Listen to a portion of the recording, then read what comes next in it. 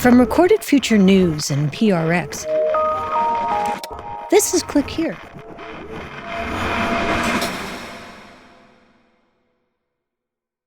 So, I have a burning question I want to start with. Sure. How long did it take you to grow your beard? So I've been growing my beard now for about 17 years. Okay. And how long would you say it is? Is it 3 feet long? It's close on to 3 feet. It will touch my sort of like belt buckle area now, yeah. It's that long, yeah.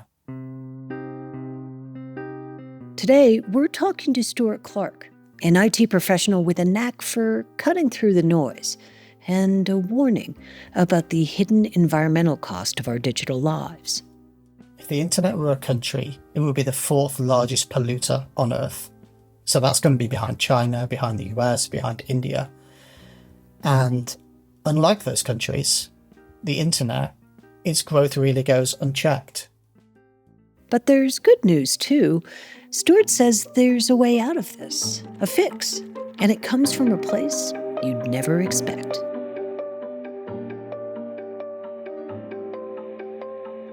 I'm Dina Temple-Raston, and you're listening to Click Here, a podcast about the people making and breaking our digital world.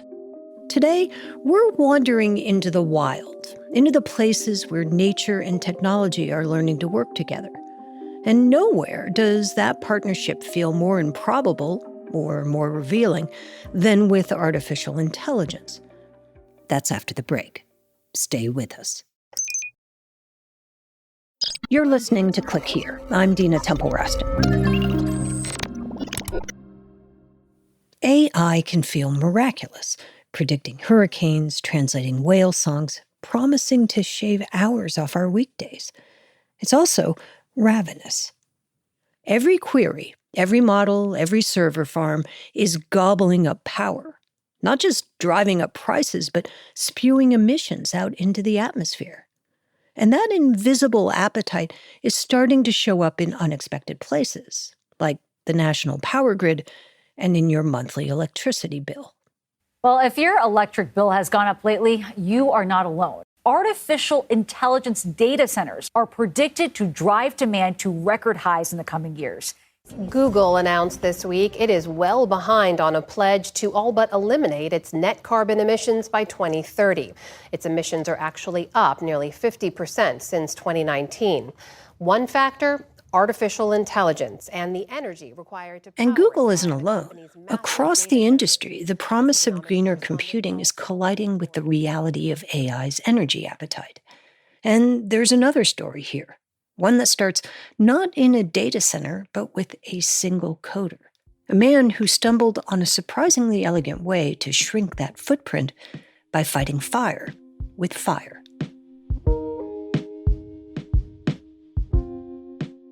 These days, Stuart Clark works in IT, but that's not where he began. His dad worked construction, and the expectation was that he would too. But Stuart wanted something different, a path that was his own. So he picked up a pair of scissors and became a hairdresser. My hands were far too soft and gentle to be working on building sites. My wife says my hands are so soft they're like veal. So yeah, that's a compliment. It is a compliment, yeah. Stuart cut hair in salons for almost 20 years, but by 2008, the shine had kind of worn off. So he reinvented himself again. I thought, what's next on the list? And so, yeah, I got into tech, and I was very fortunate, and my career really took off. He taught himself to code and landed jobs with some of the biggest names in tech. And somewhere between Cisco and Amazon and Spotify, Stuart started noticing how much energy the internet was consuming. Because suddenly, everything was getting wired up. Not just computers, but toasters, cars, light fixtures, children's toys. Every smart device was adding to the demand. And most people didn't even realize it was happening. We think about cars, think about plastic in the ocean, but we don't think about our digital footprint just yet. The digital world feels somewhat cleaner, if not weightless.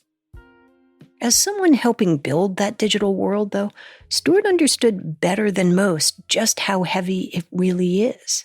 So he set out to calculate the cost, to give it a label, something you could size up at a glance and maybe act on, the way we do when we shop for a car, checking the miles per gallon, or when we buy a dishwasher with that energy saver sticker slapped right on the front. We're making choices there based on energy rating, like, how many miles to a gallon a car does, how much CO2 it uses. And it's kind of like, well, if I had that information to hand, I could make a conscious decision when I was using an app, for example. But some of this data is just incredibly hard to actually find. The industry isn't as transparent as it needs to be. Consider the data center, one of the biggest drivers of all those rising emissions. They're built in the most possible indiscreet way. Many years ago, Google's data centers weren't even on any maps. One of Google's data centers was called Lord Voldemort because it was like, he who shall not be named. We do not speak his name, Voldemort.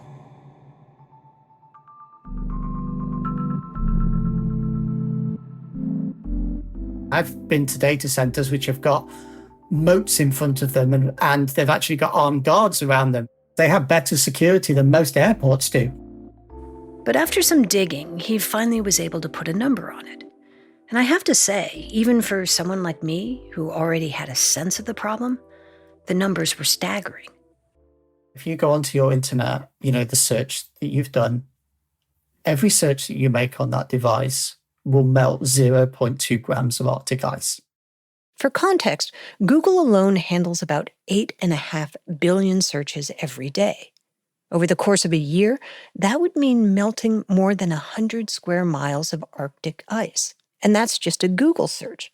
In a year, the average person's YouTube streaming has a carbon footprint equal to driving a car almost 100 miles.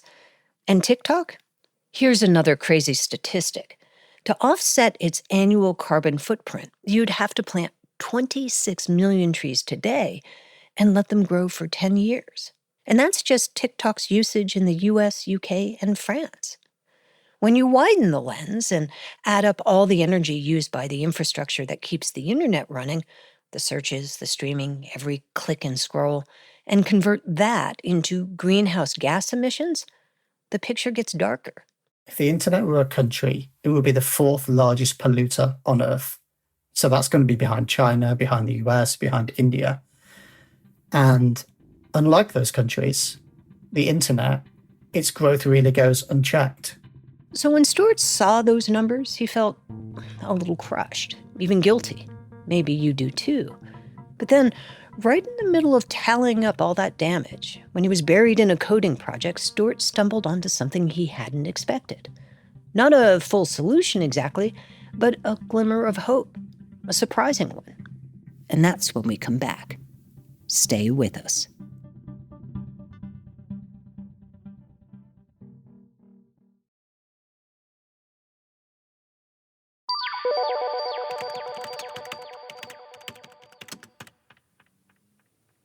After crunching the numbers, Stuart was stunned by how much energy the internet was eating up. But something seemed off. So he went back to his code. How this started for me is that I was reviewing some code that I was working on, and then one day I just found this bug. A bug, a mistake in his code. And if anybody's ever seen my code, you'll know that it's actually quite heavy in bugs. I don't claim to be the greatest. I don't claim to be the greatest coder. I was pretty much self-taught on coding. This particular line of buggy code was supposed to request information from a database all at once. But instead, it asked for the data one tiny bit at a time, literally hundreds of separate requests instead of just one. This is like going to the library to get a 500-page book.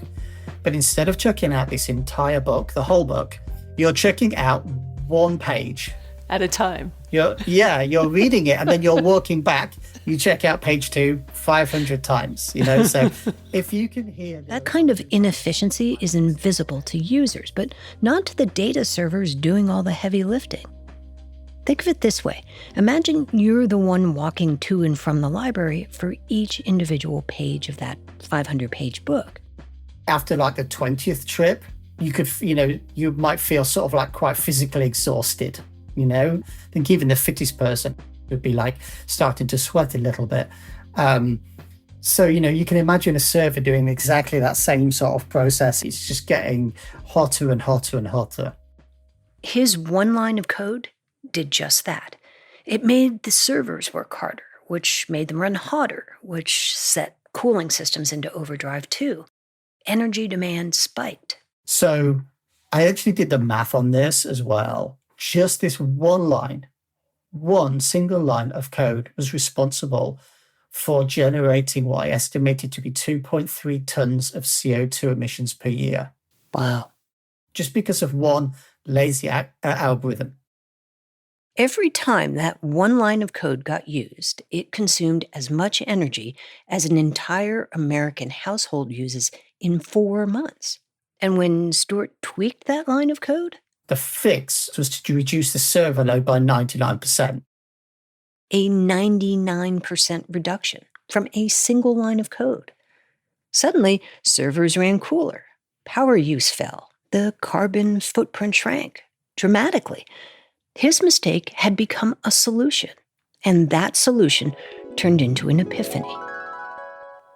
He thought, maybe we can't convince billions of people to scroll less, but we could write code that's better for the planet. If big tech companies made these tiny code tweaks behind the scenes, if they built in tiny efficiencies, the impact could ripple out to billions of users, all at once. Like instead of going door to door asking every family to recycle, just asking Amazon to switch to environmentally friendly packaging.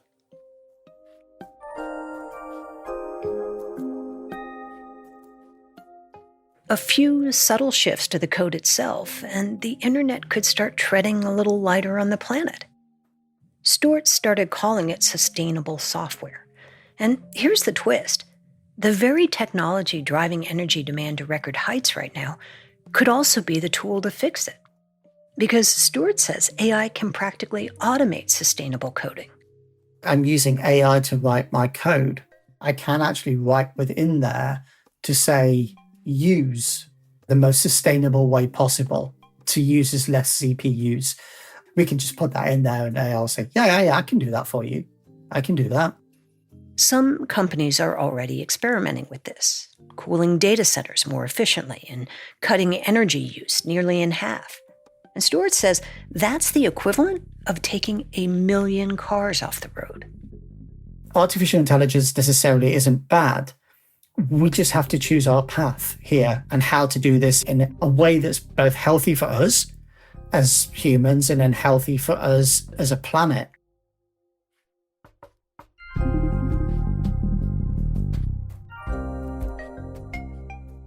Because, as Stuart likes to say, the internet isn't weightless. Every search, every stream, every line of code leaves a trace. And if we pay attention, those traces don't just point to the problem, they point to the way out of it.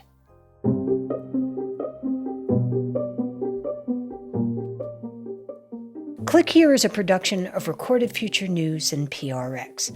Today's show was written and produced by Megan Dietrich, Sean Powers, Erica Gaida, and Zach Hirsch. It was edited by Karen Duffin and Lou Olkowski, and fact-checked by Darren Ankrum. Original music is by Ben Livingston, with additional music from Blue Dot Sessions.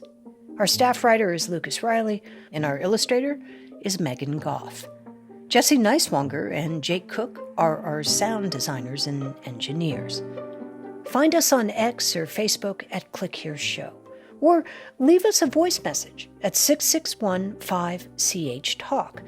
Sometimes we'll turn those moments into reporting, sometimes into a conversation, and sometimes into a future story you'll hear on this show. We'll be back on Tuesday with an all-new episode of Click Here. Have a great weekend.